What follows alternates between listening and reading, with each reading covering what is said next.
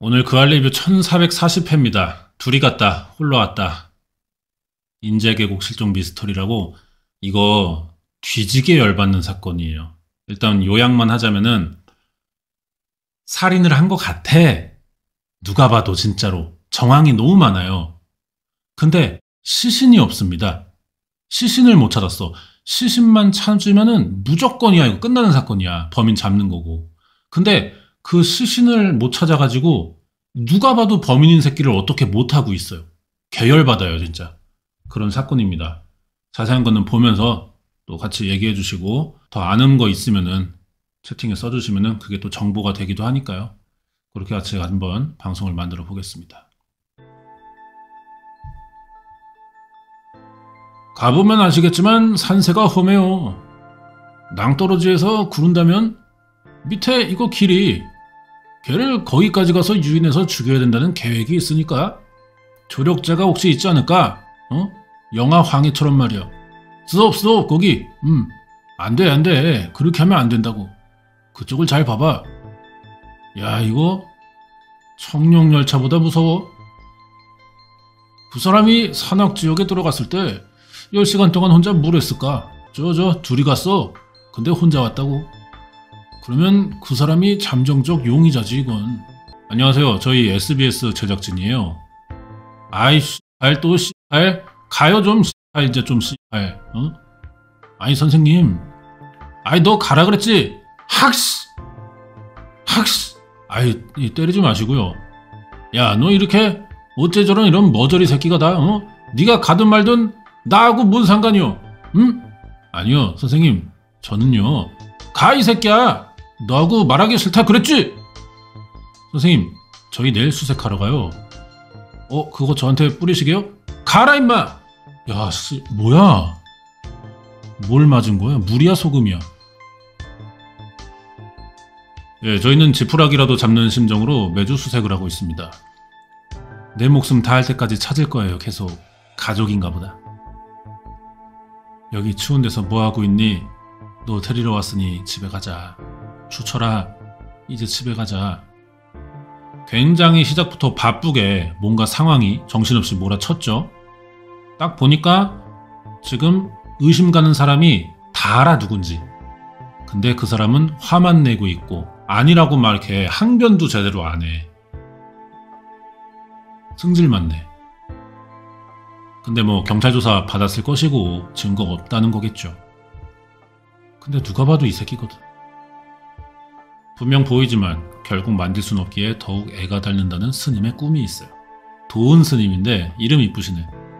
흠뻑 젖은 모습으로 나타나 지친 얼굴로 바라보다 사라졌다는 꿈속의 인물 스님의 동생입니다. 김주철씨. 9남매 중 7째예요. 2015년에 실종됐습니다. 이 사람 45살. 아 누나가 스님이 됐구나. 2015년 5월 4일에 연락 안 된다 이렇게 전화가 온 거예요. 느낌이라는 게 있잖아요. 저희들은 그래서 야 그럼 빨리 얼른 신고해라 그랬어요. 김주철 씨에게 일어난 변화를 가장 먼저 눈치챈 9남매 중 둘째이자 장남이던 고 김주영 씨. 아 사망했구나 이분은. 아이들 때문에 24시간 켜져 있던 주철 씨 휴대전화가 꺼져 있었어요. 휴대폰이 살다 보면은 물론 꺼질 일이 생기죠. 하지만 웬만해서 꺼지는 건 좀 요즘에 이상한 상황이긴 합니다. 그 당시에는 또 투지폰을 썼을까요? 스마트폰 썼을까요? 2015년이면. 이번에 전화기가 뭔지 모르겠지만 스마트폰 초기에는 배터리 빨리 단다 뭐 그런 말이 있었는데 갤럭시는 뭐 보조 배터리도 다 들고 다녔고 교체가 되니까. 아이폰은 좀 배터리가 빨리 닿는 편이긴 했는데 자기 그 두 자식이라면 진짜 잠도 안 자는 아이였어요. 그 정도로 두 아들한테 끔찍한 애였는데 식구들이 진짜 다들 걔 찾으려고 혈안이 돼 있었죠. 이혼 뒤 혼자 힘으로 두 아이를 키우고 있던 동생. 예년 같았으면 그가 아이들 곁을 지켰을 어린이날 가족은 경찰에 주철씨 실종을 알렸습니다. 자식이랑 찍었던 비디오 보여주네요. 아들밖에 없었는데 좀 끔찍이 생각했나 보지. 근데 대체 어디로 간 거냐. 2015년 5월 1일로 돌아갑니다. 김주철 씨가 그날 마지막 외출을 했던 날이래요. 오후 2시 52분 용인에 위치한 자기 집을 빠른 걸음으로 나섰다. 영상이 찍혀 있네요 또. 형사과장. 실종자는 2015년 5월 1일 16시경 수원시의 버스터미널에서 전처에게 애들 맡기고 18시 11분경 서울 종로구 명륜 2가 소재의 금은방 앞에 CCTV가 있어요. 여기 찍히는구나. 그 다음 날인 5월 2일 09시 28분경에 차를 타고 강원도 동해시로 이동합니다. 걔가 스쿠버를 하니까 바다 가서 물고기 같은 거를 채취하다가 형제들 가서 헤매기고 이런 걸 좋아해요. 스쿠버 다이빙을 할 정도면은 나이나 체격으로 봤을 때 그렇게 약한 사람은 아니에요. 팔뚝 어깨랑 심폐지구력이나 아니면 또 근력 같은 게 약하진 않을 것 같거든요. 봐봐, 해병대 부사관 출신이야 또. 자, 집을 떠나고 하루 뒤 5월 2일 김주철 씨가 찾은 곳이 스킨스쿠버 같이 하던 해병대 선배 집입니다. 전화해봤어. 그때는 스쿠버를 안 했으니까요. 아마 장비를 안 싣고 왔을 거예요. 하필 해병대 선배도 집을 비웠어요. 그래서 김주철 씨가 인근에 절을 가가지고 혼자 좀 시간을 보냈대. 그러다 해병대 선배 집에 가서 하룻밤 자고 다음날 다시 오후에 밖을 나왔습니다. 그래서 간 곳이 양양의 단골 스쿠버 샵. 장비 사러 왔나? 그 가게 사장님인데 손님들하고 다이빙 끝나서 여기서 맥주 한잔 먹었죠. 갑자기 안녕 하길래 딱 보니까 김주철 씨 이렇게 혼자 걸어오더라고요. 꽤 낯선 일이었대요. 영상 찍혀 있습니다. 그렇게 갑자기 오신 적이 있나요? 보통은 전화하고 오죠. 스쿠버 빼고 그냥 놀러 오는 건 없었거든요. 애들도 안 데려오고 보통 애들을 데리고 오거든요. 그냥 와서 대뜸 커피 한잔 마시고 뭐 얘기 조금 하다가 다시 가나봐요. 다음 날입니다. 5월 3일 마지막으로 확인된 위치가 강원도 인제. 5월 3일 21시 20분경에 인제읍에 있는 가아리 부근에서 실종자 휴대전화가 마지막으로 꺼집니다. 그리고 나서 지금까지 생사 반응이 확인되지 않고 있어요. 국도변에 있는 기지국에 잡혔었구나. 근데 이것만 가지고는 위치 파악 어렵죠. 왜냐면 기지국은 반경이야. 정확한 지점은 알 수 없어요. 그리고 높은 빌딩과 같이 통신 전파를 방해하는 장애물이 없어서 기지국의 수신 반응을 좁히는 일이 쉽지 않다. 막막함이 더해만 가던 실종 10하루째 경찰이 중요한 인물을 찾습니다. 목격자 이정혜라는 분인데 CCTV랑 그 두 군데 다 찍혔더라고. 근데 그 저기 중간에서 이 차가 없어졌는데요. 우리가 보니까 내가 뒤따라온 게 보이니까 경찰이 나한테 이제 물어본다고 전화 왔었더라고. 그때 우리는 양양에서 낚시하고 있는 길이었어요. 주행하던 길이 1차로여서 한동안 김주철 씨가 타고 있던 차를 뒤따라 달렸대. 추월이 안 되는 거야. 길이 좁으니까. 같은 방향인 거지 뭐. 내가 왜 그 차를 기억하냐면은 차가 또 좋았거든. 하얘가지고 앞에 송어회 집 간판이 있다니까. 내가 거기서 그 차를 기억한다고. 실종 당일 김주철 씨는 31번 국도 따라 달리다가 송어횟집 앞에서 우회전을 한 걸로 보인대요. 여기서 뭐 이렇게 꺾을 수가 있나? 이 길은 송어횟집으로 가는 길이기도 하지만 끝에는 천연기념물인 용늪으로 유명한 대암산이 있다. 김주철 씨가 휴대전화 마지막으로 연결된 기지국이 바로 이 송어횟집 간판이 있던 그 길 인근에 자리하고 있었다. 근데 휴대전화가 꺼진 곳과 배터리를 분리한 건 다릅니다. 저희가 확인한 바는 꺼진 게 아니고요. 배터리를 강제로 분리 조치한 거예요. 그 당시만 해도 배터리를 분리하는 휴대전화였으니까요. 분리하는 휴대전화였어요. 실종 당일 5월 3일 오후 6시 19분 송어회집 간판이 서 있던 길로 향했던 차량.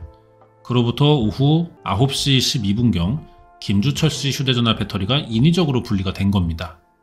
사실 성인 실종은 스스로의 선택인 경우가 많잖아요. 또 이 무조건 뭐 어떤 범죄다 뭐 이렇게만은 볼 수가 없는 거야. 당장.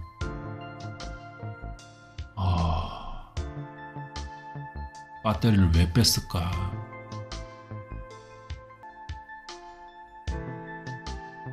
에이, 그건 절대 아니지. 처음 초등학교 들어가서 애가 학교 가는 거를 뒤에서 몰래 숨어가지고 안전하게 가는지 볼 정도였으니까 사랑했지 애를.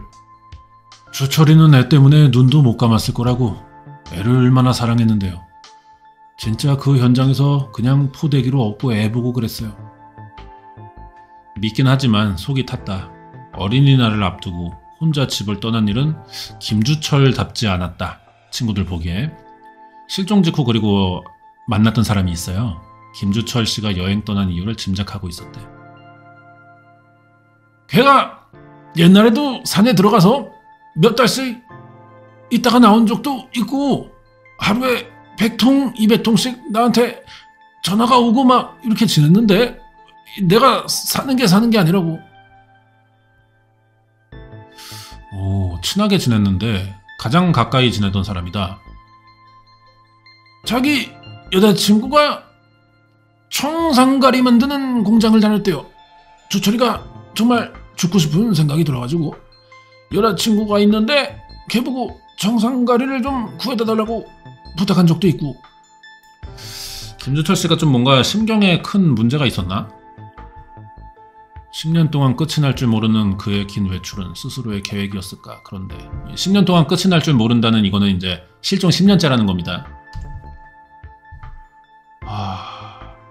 자, 알고 보니까 5월 1일 집에서 나오던 날 김주철 씨와 마주친 사람이 있어요. 근처에서 텃밭을 하고 있는 매형. 아내의 오빠죠. 나 그냥 여기서 버스 타고 갈 거니까 매형 차로 버스 타는 데까지만 데려다 줘 그러더라고요.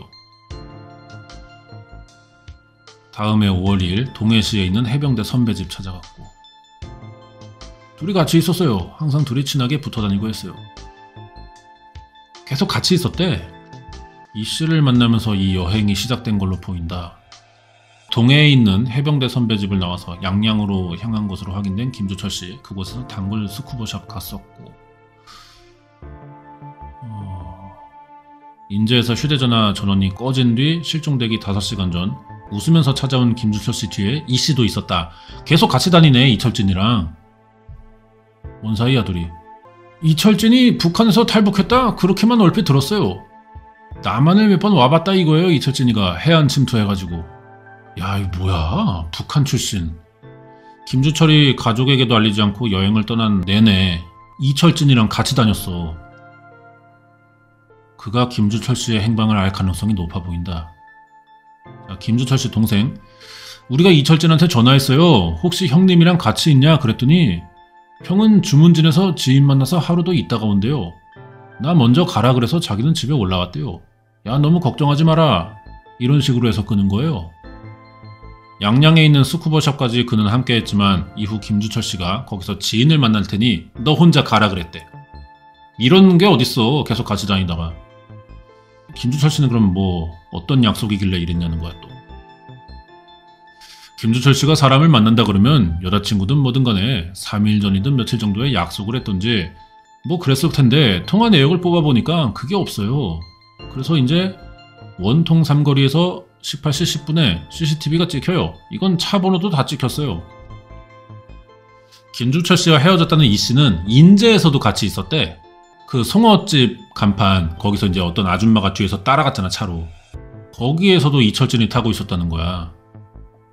그리고 이 하얀색 차가 좋아 보여서 기억한다 그랬잖아. 이 차도 이철진 겁니다. 도로 CCTV에 잡힌 걸로 봤을 때 5월 3일 오후 6시부터 5월 4일 새벽 4시까지 이 10시간을 경찰이 추적하려고 그랬나봐. 그 사이에 무슨 일이 있었는지. 10시간 동안 뭘 했을까? 저희는 하여튼 틀림없는 범인으로 봐요. 이철진이를. 그렇게 거짓말할 이유가 없어요. 그래서 이게 시신 없는 살인사건이라고도 부른대요. 그러면 이제 또 여기서 이철진에게 물어봐야 되는 게 대체 김주철이랑 같이 인제 갔던 거를 왜 숨겼냐는 거야? 왜 너 혼자 서울로 왔다고 말했냐는 거야? 그리고 대체 마지막까지 같이 갔던 인제 거기는 어디길래 10시간 전에 둘이 갔다가 10시간 뒤에 혼자 돌아왔냐. 이 10시간의 공백이 중요한 거구나, 사건이. 이철진에게 들어야 돼요, 모든 말을. 자, 그래서 이철진 만나러 갑니다. 예상 밖의 장소에서 봤어. 10년 전 그날 이 길을 달려왔을 김주철 씨. 한 떡집을 차렸던 그의 모습이 CCTV에도 포착됐는데 해당 떡집은 이 씨의 아내가 함께 운영하던 곳이었고 김주철 씨의 마지막 여행 내내 함께였던 한 사람 이철진 씨가 그 떡집의 모습을 드러냈습니다. 10년 전 그날은 그에게 어떤 의미로 기억되고 있을까요? 안녕하세요. 네, 어서오세요. 저희 그알 제작진인데요. 네. 지나가다가 떡도 좀 팔아드리고 저희가 김주철 씨를 찾고 있습니다. 네? 그래서 관련해서 마지막 목격자시니까 좀 몇 마디 여쭤보려고요. 아이, 됐어요. 거기에 대해서 말하고 싶지도 않고요. 올해로 10년 됐어요. 알아요. 알고 있어요. 친절하게 손님인 줄 알고 인사했는데 김주철 이름이 나오니까 갑자기 표정 썩어. 친구처럼 지내셨잖아요. 찾고 싶지 않으세요? 자기만 김주철 씨의 속사정을 알 정도로 가깝다고 해놓고 이걸 정작 왜 말하지 않냔 말이야. 가장 찾아야 될 사람인데 김주철을. 아니 선생님 가라고요 진짜. 학씨. 아이 떡 살게요. 아니 이분도 지금 떡 산다고 하면 이 사람이 해주겠냐? 이게 무슨 말이야. 떡 살게요가. 떡 팔아주면 말해주냐고. 다급했겠죠? 예, 다급하니까 아무 말이나 했겠죠. 친하게 지내신 분 찾겠다는데 왜 그러세요? 마지막 목격자시잖아요. 아이 모른다니까요. 가요. 선생님 가라. 꺼지라. 아 북한 사람이죠? 선생님 가라고 쌍.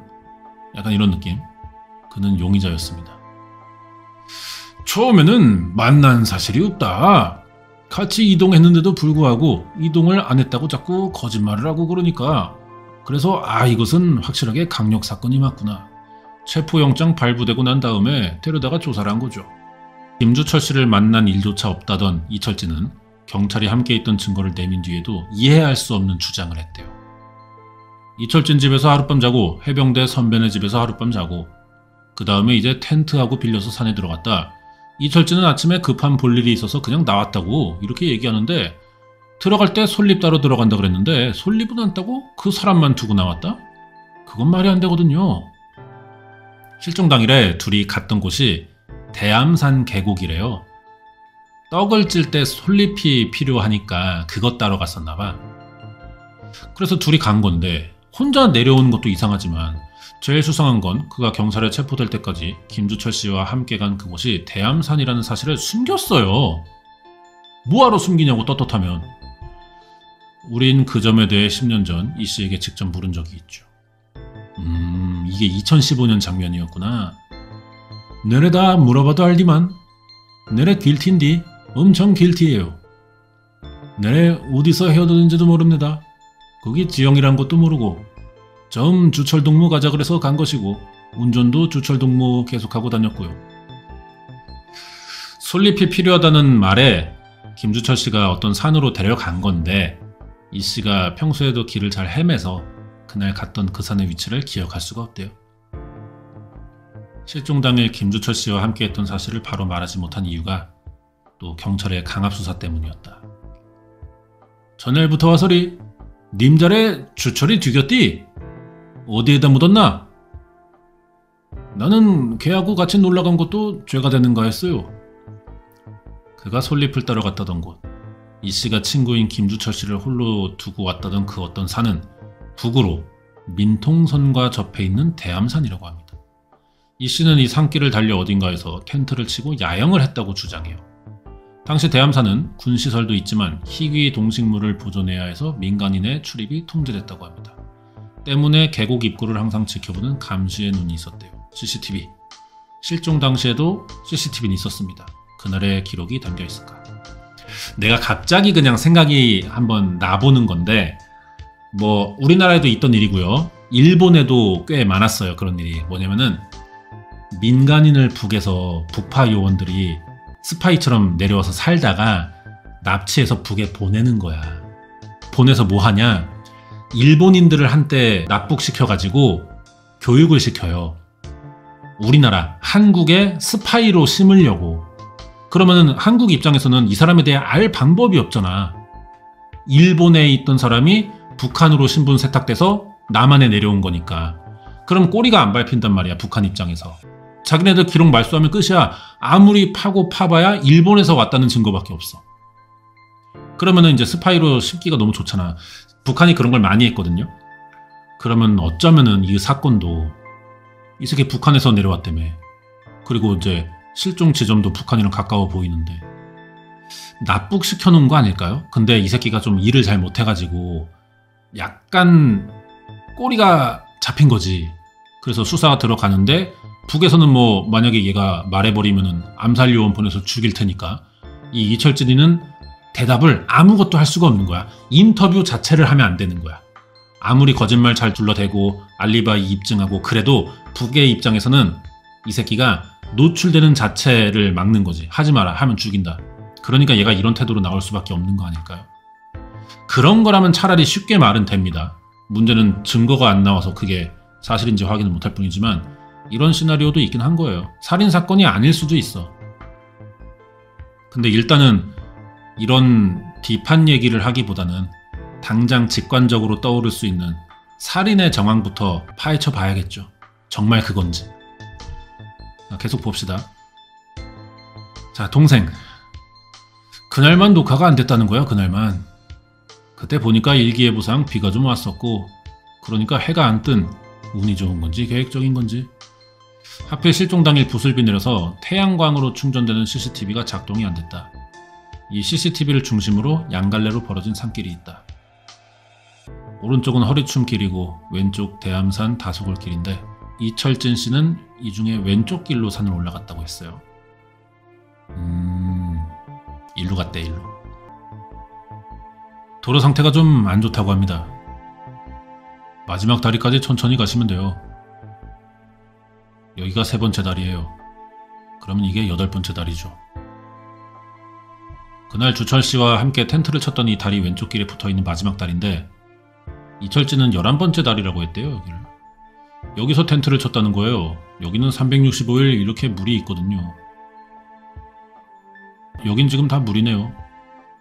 여기다가 텐트를 쳤다는데 말이 안 되잖아요. 그러네, 진흙바닥인데. 아예 그냥 웅덩이네. 이 산 쪽에서도 조금씩 흐르는 물인데 이게 빠지질 않아가지고 365일 저희가 와보면 항상 물이 있더라고요. 이 상황을 모르고 얘기한 것 같아요. 그러니까 이쪽까지 올라와 보지는 전혀 못했을 것 같아요. 그날 비도 내렸으니까 여기 물은 뭐 더 있었겠죠. 근데 자꾸 여기다가 텐트를 쳤대는 거야, 철진이가. 자, 그래서 그 다음에 뭐 했냐? 술을 같이 마셨다.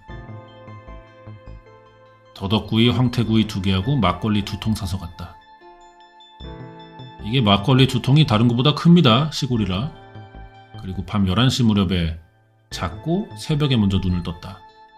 새벽 2시에 이철진은 술이 깨서 일어나니까 실종자가 텐트에서 잠을 자고 있었대요. 깨우니까 일어나지 않았대요, 술에 취해서. 그래서 나는 그냥 혼자 집에 갔다. 이게 진술이야. 함께 가자고 여러 번 재촉했는데 김주철 씨가 거절했대. 그리고 자기는 떡집을 혼자 하고 있는 아내를 돕기 위해 어쩔 수 없이 서울로 돌아왔다. 말이 안 돼. 그러면 여기에 뭐가 남아있어야 될 거 아니에요. 텐트나 이불이나 뭐가. 다 사라졌어. 그날 김주철 씨 일행이 탄 차를 보고 당연히 송어 횟집에 간다고 생각했다던 목격자. 그 길 끝에 있는 대암산으로 향할 거라고는 왜 예상하지 못했던 걸까? 자, 다시 나왔네요. 5월에도요. 밤에는 추워요. 여기가. 산에서 자고 그런 거 못해요. 멧돼지도 있고 뭐 고라니 내려오고 그래요. 그러니까 옆에서 남편이 호랑이 빼고 다 있지. 담비도 있고 뭐 별거 다 있어요. 산짐승이. 산에 가면 고라니 같은 거 죽어있으면 다 뜯어먹고 없어요. 뼈다귀도 다 뜯어먹고 없다고. 위험하네. 야생 멧돼지도 있나봐. 자, 그래서 허가받고 약초캐러 산을 수없이 오르내리던 이들마저 어둠이 내리면은 멀리한다. 대암산은 위험해요. 그곳의 주인은 생각보다 다양하고 예상보다 위험할 수 있는 존재들로 보인다. 이 11번째 다리를 배경으로 한 이씨의 주장이 과연 신빙성이 있는 얘기인 줄 알아보려면은 그의 말대로 똑같이 해보는 것도 방법일 거라고 하네요. 아, 반달곰이 살 수도 있어 여기에? 발자국 있네. 그럼 사는 거네. 야, 절대 안 돼 이거. 반달곰이. 도심의 어둠과는 차원이 다른 암흑. 40년 경력의 운전자에게도 결코 쉽지 않은 여정. 낮과 비교해 곱절의 시간이 걸려서 11번째 다리에 도착합니다. 여기서 야영을 했어요. 지인 이철진 씨의 주장대로 그들이 찾았던 대암산 계곡은 김주철 씨에게 특별한 장소였던 건 맞다. 우리가 여기 살았으니까 여기서 태어나고 살았어요. 김주철 씨? 기억이 딱 나더라고요. 옛날에도 몇 번 자주 왔으니까요. 근데 이 사람도 이철진이 안면이 있네. 내가 이랬거든. 모든 정황상 이 씨가 김주철 씨를 대암산 계곡으로 유인했던 걸 말해주는 거냐. 김주철 씨 휴대전화 신호가 마지막으로 확인됐던 기지국을 통해 드러난 사실이 있습니다. 배터리가 강제 분리되고 나중에 보니까 한번 꺼졌다 켜졌는데 그걸 확인해 보니까 이건 인터넷에 접속한 게 아니고요. 휴대전화를 초기화시키려고 했던 거예요. 스마트폰을 쓰긴 썼나 보다. 갤럭시도 초기에 배터리 뺐다 꼈다 할 수 있었잖아요. 그러네.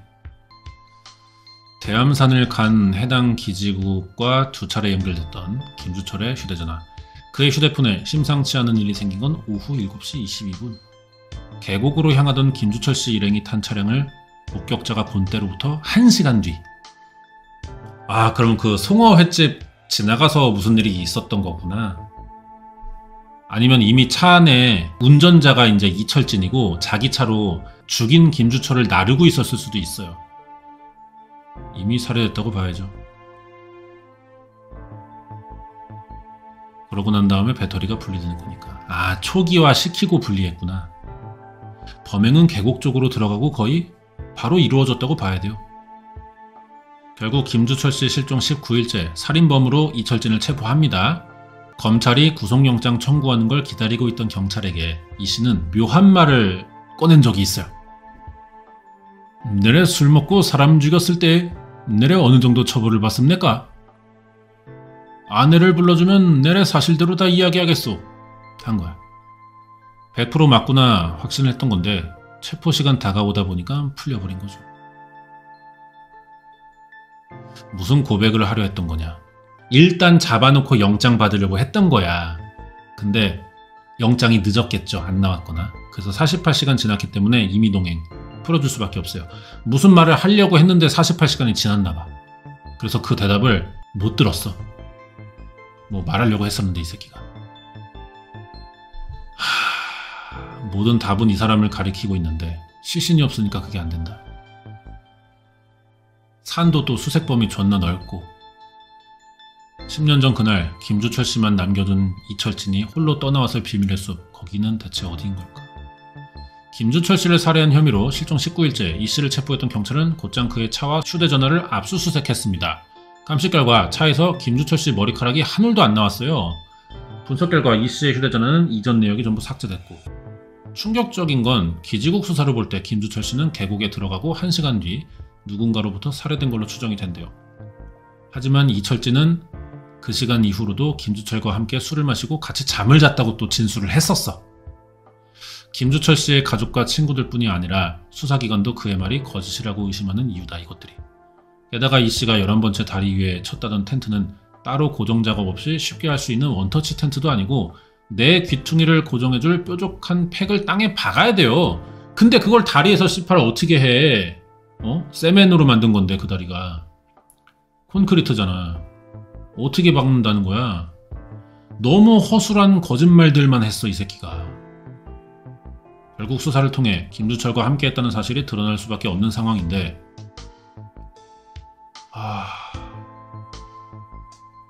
그리고 자기랑 둘이 갔기 때문에 김주철이 무슨 일 생기면은 자기부터 의심받는 것도 뻔한 거잖아.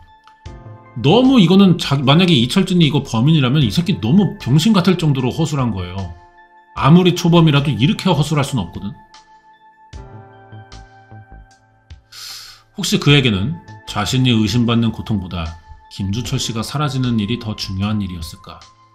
이러면 자꾸 이제 납북설을 의심할 수밖에 없어. 그가 진짜 김주철 씨를 사라지게 한 인물이라면 그럴 만한 동기가 있어야 된다. 동기가 있나? 두 사람의 인연, 두 인물의 관계, 이 두 친구의 상황을 좀 더 알아볼 필요가 있다. 자, 해병대 선배 만나봅니다. 이철진이 왜 주철이하고 가까워졌냐? 주철이가 스쿠버를 갈 때 애를 데리고 갔었잖아요. 다이빙 하다 보면 누군가가 애를 돌봐줘야 되고 이러잖아요. 자기가 물에 들어갈 때는 그럴 때 이제 이철진이가 같이 있어가지고 자연스럽게 친하게 된 거예요. 아들 때문에 빨리. 김주철이 3년 전 이혼했을 때 이 씨와의 인연도 시작됐다. 홀로 애를 키우느라 힘들었겠죠. 그때 김주철 씨에게 친절한 얼굴로 이철진이 접근한 거야. 그래서 뭐 대신 애도 봐주고 막 이렇게 같이 다니고. 왜? 스킨스쿠버라는 공통점이 있으니까. 김주철이 실종되고 18일 뒤 지인 이철진이 체포되자 해병대 선배께서 직접 경찰서로 달려갔대요. 삼자대면을 경찰이 할 수 있냐고 묻길래 반드시 좀 시켜줘라. 딱 한마디만 물어보고 싶다 그랬어요. 네가 진짜 주철이를 그랬냐? 뭐 때문에 네가? 나는 눈물이 날 정도로 이렇게 호소하고 이랬더니 그놈은 오히려 그 자리에서 완전히 돌변해서 막 욕을 하고 죽여버리겠다는 식으로 선생님한테요? 아, 이게 그놈의 본 모습이었구나 했어요. 이게 이놈의 숨겨진 원래 모습이구나 이게. 그전에도 무례하거나 그런 적이 있나요? 전혀요. 일도 없었죠. 아니 이게 지긋하신 양반도 일도 없었죠라고 하는 걸 보니까 이게 사실 표준어가 아닙니다. 일도 없었죠가. 이거 윤우 때문이거든. 야, 윤우가 진짜 단어 하나 만들었네요. 어딘가에 김주철 씨가 살아있기를 바랬던 김혁 씨의 희망을 무참히 짓밟은 것, 이 씨의 진짜 얼굴이었습니다. 그는 누구라도 좋아해줄 친절이라는 가면을 쓰고 일부러 김주철에게 접근한 걸까? 3년이라는 시간 동안 감춰온 그 진짜 얼굴, 마지막 순간 거침없이 드러냈을까? 사람들 사이에서는 수상한 소문과 의혹이 돌고 있었습니다. 이게 등치로 보면은 이철진보다 김주철 씨가 좀 더 좋거든요, 체격이. 그 다음에 해병대도 나왔고 몸이 다 부져요. 혹시 막걸리에 뭘 타지 않았을까? 대암산에 가기 1시간 전 인제에 있는 한 식당에 들렸던 두 사람. 이곳에서 안주용 황태구이랑 더덕구이를 포장했고 막걸리 2병도 샀었다. 그 사람이 김주철이 카드를 내려니까 이철진이가 현금으로 지가 샀어. 내역을 안 남기려고 그랬나 보다. 위치가 특정되니까. 막걸리 사면서 굳이 현금을 고집했습니다. 이 씨의 수상한 행적이 그날 처음은 아니었어요. 주철이 집에 가서 이놈이 불도 한 번 냈었거든요. 그거 알고 계세요? 이 이야기는 김주철 씨 아들한테 들었습니다. 실종되기 한 해 전인 2014년 가을 집에서 화재가 있었는데 그때 아들이 6살이야. 대체 뭘 봤길래 떡집 큰아빠 이 씨가 불을 냈다고 하는 걸까? 엄마랑 아들이 얘기하는 거야. 엄마한테 어느 날 전화 한 번 했었잖아. 왜 엄마한테 울면서 전화했지? 냄비에 불이 빨갛게 붙어서요. 옆에 누가 있었어? 떡집 큰아버지하고 아빠요. 떡집 큰아버지가 어떻게 했어? 막 소리 지르고 화냈어요. 아빠 깨워서 아빠가 불 껐어요.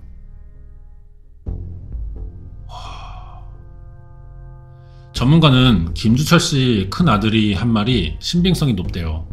떨어졌을 때 잠들어 있던 아빠보다는 깨어있는 이 씨가 불을 끄는 게 애 눈에도 당연했을 겁니다. 아빠는 자고 있었으니까. 그래서 아빠에게 자신이 본 사실을 말해줬던 아이의 말에 김주철 씨는 어떻게 반응했을까요? 말도 안 되는 소리라는 식이지 나중에 생각해보니 그게 연결이 된 거예요. 애가 거짓말을 할 리는 없잖아. 뭔 관계야 대체? 처음 얘기가 긴데 자기 아빠가 대장이야. 난파 간첩 교육시키는, 미국으로 말하면 CIA 국장 뭐 이런 정도. 북한 출신인 이철진은 북쪽에서의 자신의 출신과 화려한 배경을 많이 자랑해 왔어요.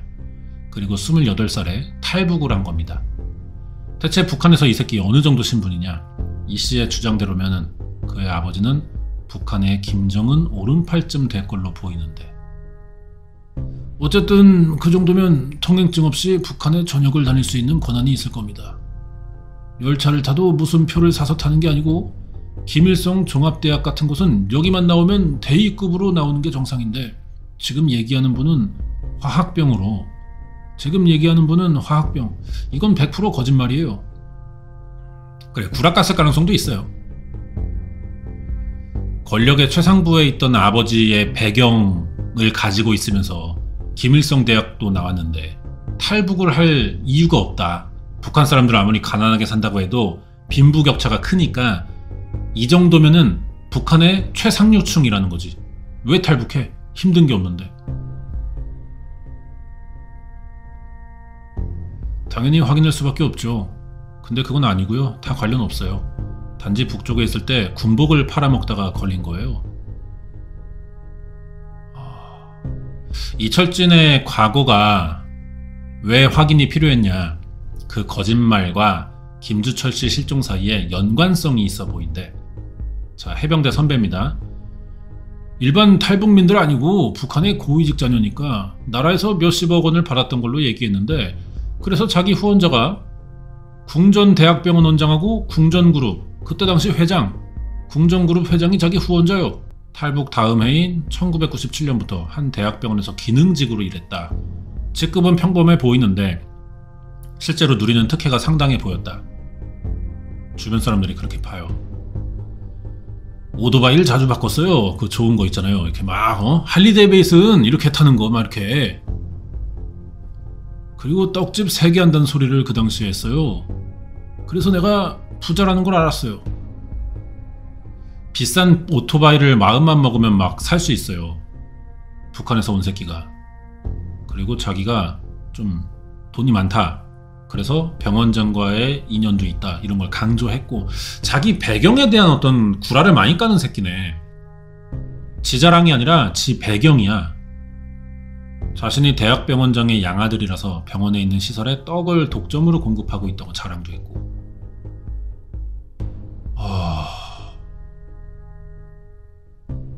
김주철 씨에게 자신이 다니는 대학병원에 있는 부대시설들을 운영해보라고 권한 적이 있대, 이철진이가.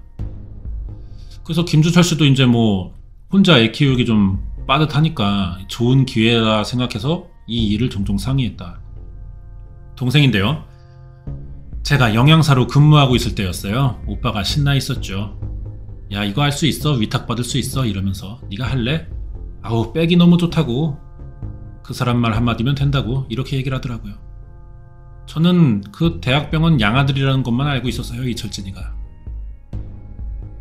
인맥으로 뭐 그 병원에 들어갈 거라고 이제 뭐 확신을 하고 있었나 봐.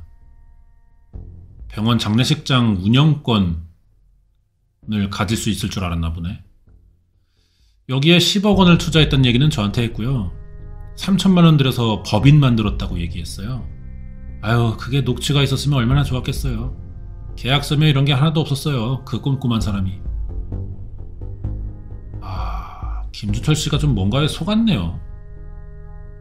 이철진에게 10억 정도 준 걸로 기억한대, 주변에서. 이 돈을 어디서 나? 실제로 그 대학병원에서 장례식장 운영권자를 찾고 있기도 했대. 국가시설이라 공개적으로 이루어지는 입찰이니까. 그래서 이제 이런 인맥과 10억이라는 큰 돈이 필요했던 거냐. 행정사인데요, 이분은. 입찰 공고문을 저희가 분석해봤을 때는 실질적으로 기술평가 요소가 굉장히 커요. 입찰 보증금 자체가 최저 한 4천 정도 수준밖에 안 돼요.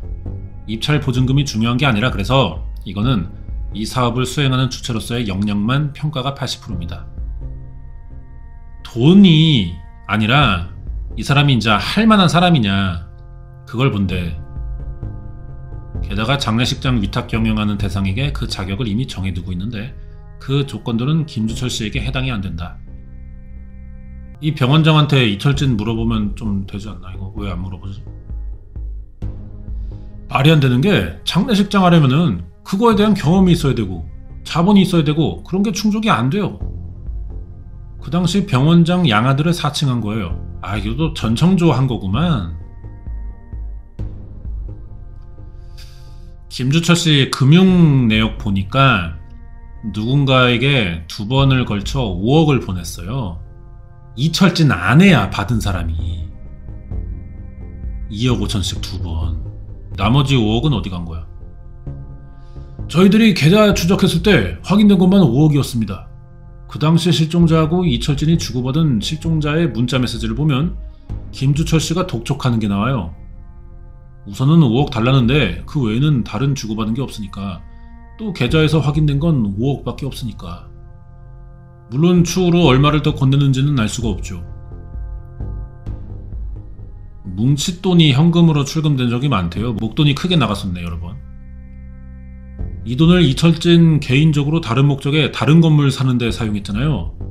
이게 기망, 착오, 편취에 부합되지 않는다고 말할 수가 없잖아요. 그지?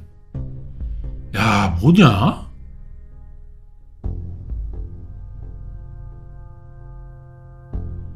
이 집을 사기 전에 다가구 주택인데 월세를 얻어서 살았어요. 살 능력이 돼요? 남의 돈 가지고 장난친 거예요. 실종자는 독촉을 여러 번 했습니다. 사실은 여행 가기 전에 심하게 돈을 달라고 다툰 적도 있고, 실종자가 자꾸 돈을 독촉하자 갑자기 여행을 가자 이렇게 제안한 겁니다. 둘이 들어갔다가 결국 한 사람 나왔잖아요. 그러면 이게 뭐 납북 같은 건 아닐 수도 있어요. 돈이 이렇게 끼면은. 건물을 샀으니까. 북에 송금하는 거면 또 모르겠는데, 그지? 이 씨가 한 거짓 약속은 지켜지지 않았고 그가 가져간 거액의 돈 때문에 김주철 씨 사업은 위태로워졌다. 그런 상황에서 예정이 없던 이 씨와의 여행에 그가 선뜻 따라 나선 건 어떤 이유일까? 그러네. 그럼 이미 그 여행을 가기 전에는 김주철과 이철진의 관계는 좀 안 좋아졌을 거야. 돈을 보냈는데 약속이 이행되지 않잖아. 그러면 상황이 좀, 그런 관계가 좀 나빠질만 한데 여행을 따라간다고? 굉장히 돈에 급하게 쫓기는 상황인데 애들도 놔두고 이렇게 가서 숙박도 하고 오고, 오는 길에 다이빙 가게도 들리고 야영을 가자고 할 때도 같이 간 정황. 이런 걸로 봐서는 김주철 씨를 안심시키는 무언가의 메시지를 줬다고 볼 가능성이 높습니다. 예를 들면 돌아갔을 때 돈이 입금이 된다는 건가요? 그렇죠. 며칠이면 완전히 해결된다. 걱정하지 말아라. 그렇다면 너무 고마운 사람이죠. 자, 그래서 만나러 간 거죠, 이게. 아까 처음에 봤던 그 장면이네. 안녕하세요. 저희 SBS 제작진이에요. 아이 씨발 가요 이제 좀. 아야 때렸어? 씨발. 아니 근데 그때 행적 관련해서요. 야이 씨발로만 가라고. 가. 아니 왜 거짓말 하셨어요 처음에? 이상하시잖아요 선생님. 텐트는 치셨어요?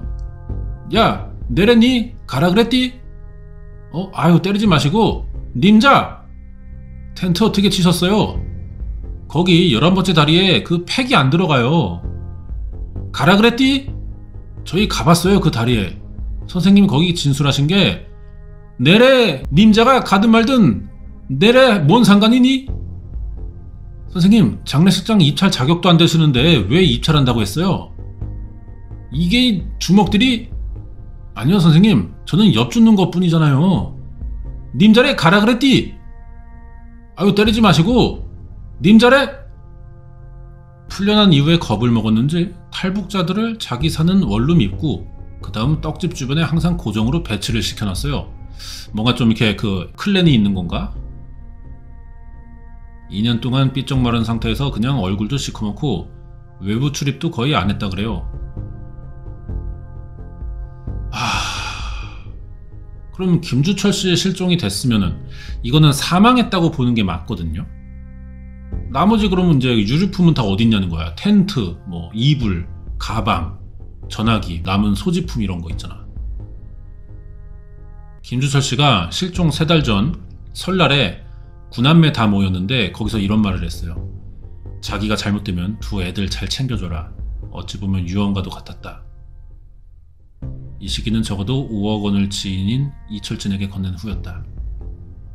그래서 그동안 가족들이 찾아온 물건들이 더 있는데 바로 007 가방이래요. 그해 설날 가족들에게 2 아이를 부탁한다는 말과 함께 김주철 씨가 이 가방의 존재를 알렸어. 아이들에게 줄 재산과 관련된 중요한 서류들이 전부 다 여기에 있다. 근데 그 가방도 없나 봐.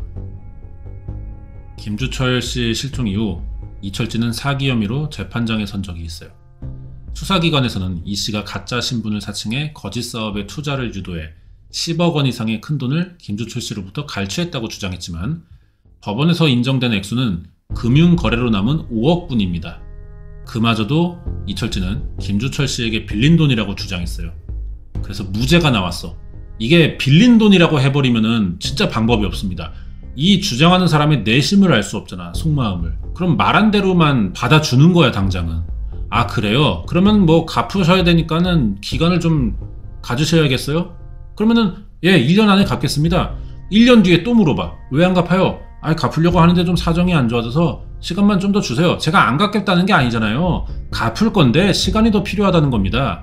그러면 또 봐줘. 우리나라는 그래, 좀, 이 빚에 대해서.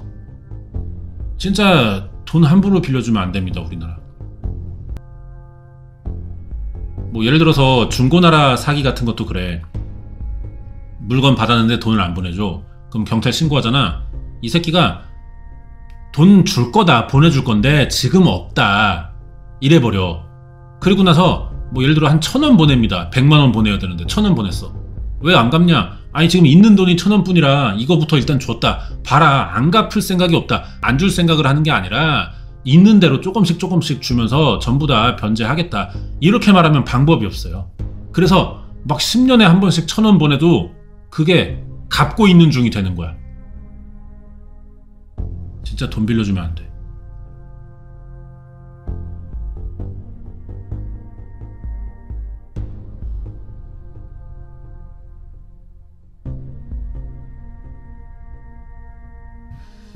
기나긴 침묵과 몇 번의 번복 뒤 비로소 드러난 그날의 장소.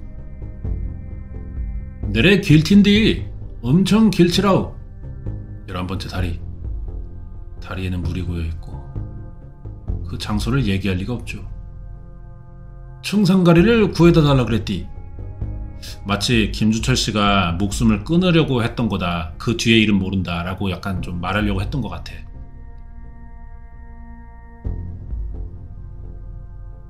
청산가리를 막걸리에 타서 죽이고 어떻게 한 건가 보다.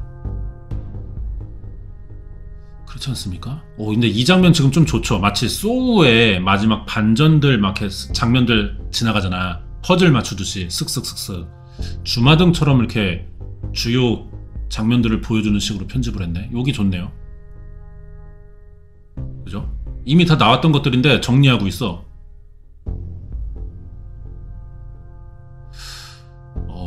개까지 동원해서 수색했었구나. 여기인 것 같다. 비가 오는 날씨에도 가족들이 대암산에 모이나봐.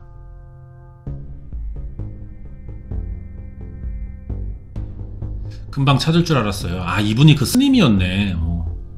계속 여기를 배회하고 있어요, 지금도. 그 사람이 너무 야속해요.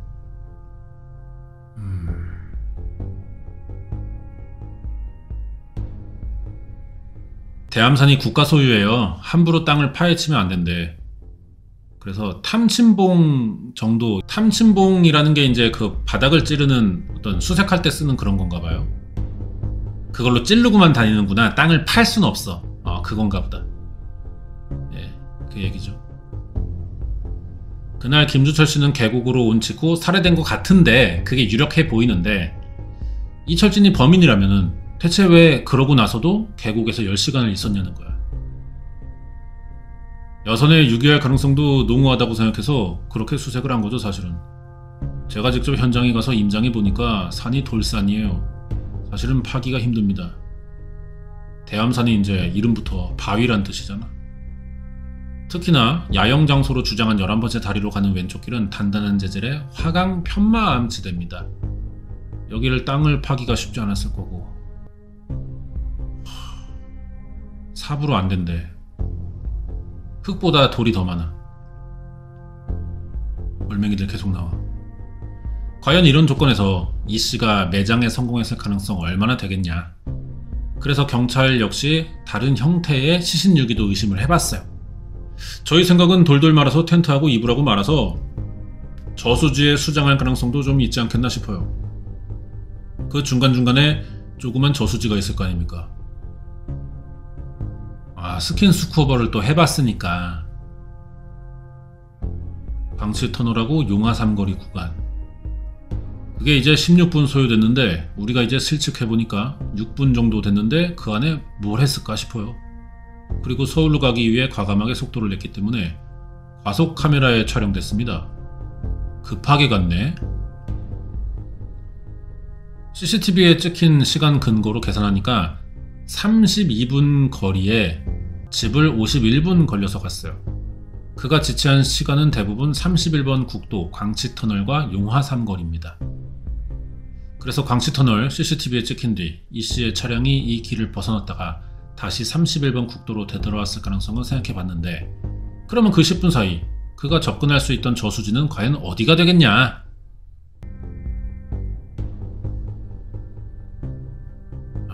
광치터널 용화 삼거리. 요 사이에 어디가 유력하다고 보는 것 같아.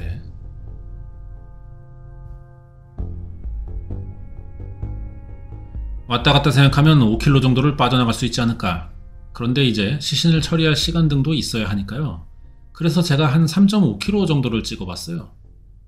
지리정보 시스템으로 좀 보니까 이 씨가 서울로 향하던 방향에 있는 저수지가 11개가 나옵니다. 하필 이 물이 많은 구간에서 그가 머뭇된 이유는 어떻게 풀이될 수 있을까? 내가 가지고 있으면 안 되는 물건들을 빨리 처분하고 싶은 생각도 있었을 겁니다. 그 장소를 찾기 위해 저속으로 주행했고 그걸 처분하고 나서 그 후에는 과속 카메라에 찍힐 정도로 빨리 돌아오지 않았을까 생각합니다.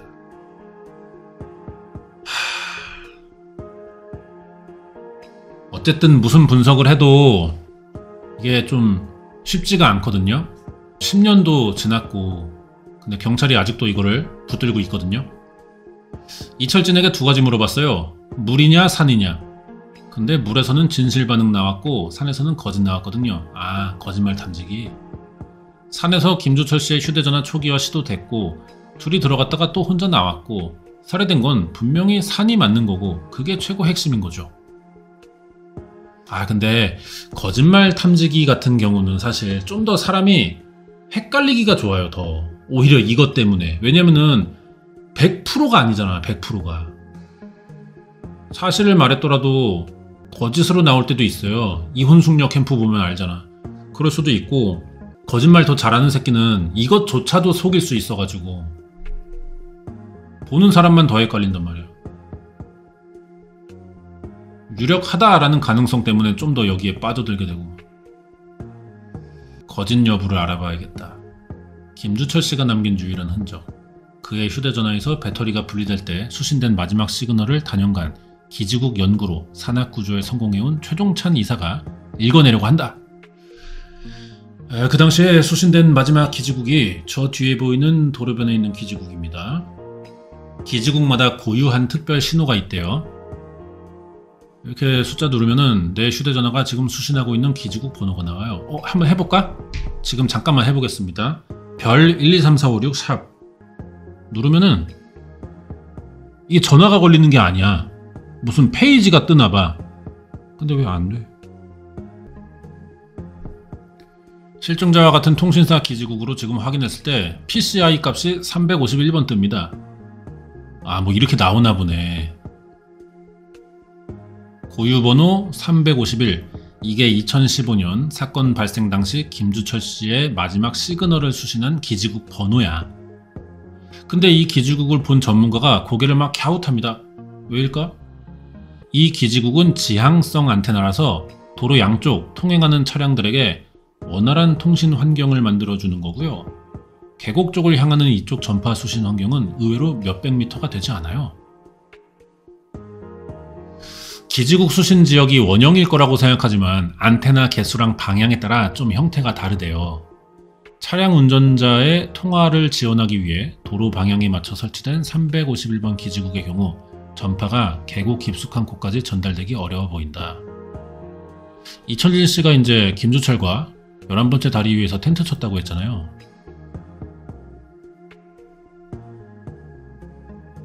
들어가서 나온 게 새벽 4시 정도거든요.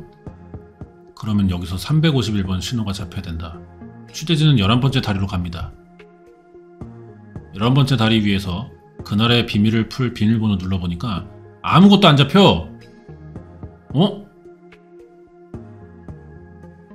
먹통이네요. 먹통이야 이거. PCI 값이 안 떠요. 안 잡혀.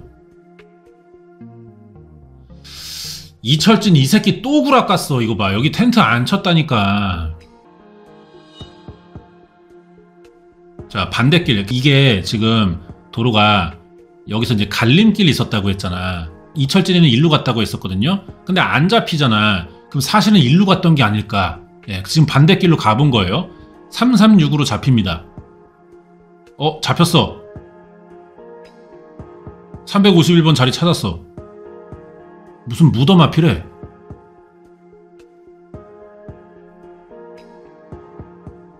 대암산에서 보기 드문 평탄한 지역이다. 이 무덤가 근처래 여기. 그리고 이씨가 고집한 11번째 다리 주변에서는 볼 수 없던 소나무, 솔잎단다고 했으니까 여기네. 찾았네. 그러면 지점은. 이 위치를 찾은 날이 김주철씨 실종 10년째 되는 날이었어. 날짜도 맞췄겠죠. 그 아래서. 김주철씨 휴대전화가 마지막으로 연결됐던 기지국 351번의 신호를 우리는 무덤가에서 수신했는데 해당 신호는 당장 통화가 가능한 메인 주파수가 아니고요. 네이버라는 대기 주파수래. 이게 뭔지 모르겠지만 이거는 통신 환경이나 상황에 따라 언제든 메인 기지국으로 바뀔 수도 있다. 지난 10년 사이 키가 자랐을 주변의 나무들 생각하면 10년 전 무덤가에서는 351번 기지국이 메인 주파수로 잡혔을 가능성도 충분했었을 거다. 전문가들은 김주철 씨의 휴대전화가 마지막으로 신호를 보낸 장소로부터 그리 멀지 않은 곳에 시신이 유기됐을 가능성이 높다고 분석한다. 야, 그러면 이 일대 한번 까봐야 되는 거 아니야?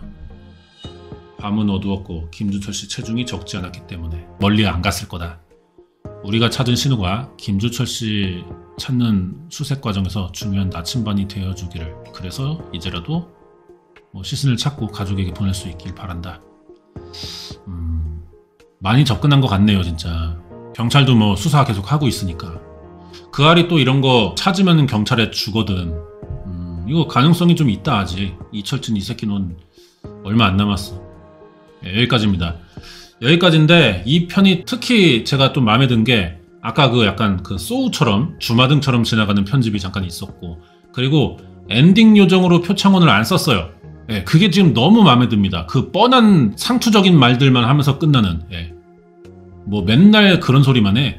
지역 간의 공조수사, 그리고 다양한 가능성을 열어두고 폭넓게 이철진만을 수사할 게 아니라 거기에 꽂히면 또 시간 낭비할 수 있으니까 용의자가 더 있을지도 모른다. 그리고 공범과의 관계가 또 파악돼야 하고, 맨날 이런 소리만 해. 뻔한 소리만. 시간 낭비야. 이렇게 하는 게 오히려 그 알다운 거야 지금.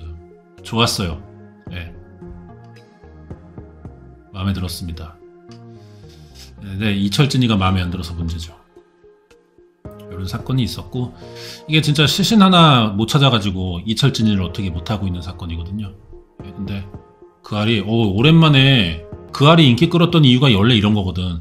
경찰에서 이렇게 수사했을까 싶을 방법을 사용해가지고 뭔가 우리에게 더 접근하는 것처럼 보여주는 그런 이제 취재, 이런 거였단 말이에요. 간만에 또 마음에 드는 장면이 나왔습니다. 그래요. 인제계곡 실종 미스터리였고요. 네, 다음 주에 또 새로운 편 준비해서 오도록 하겠습니다.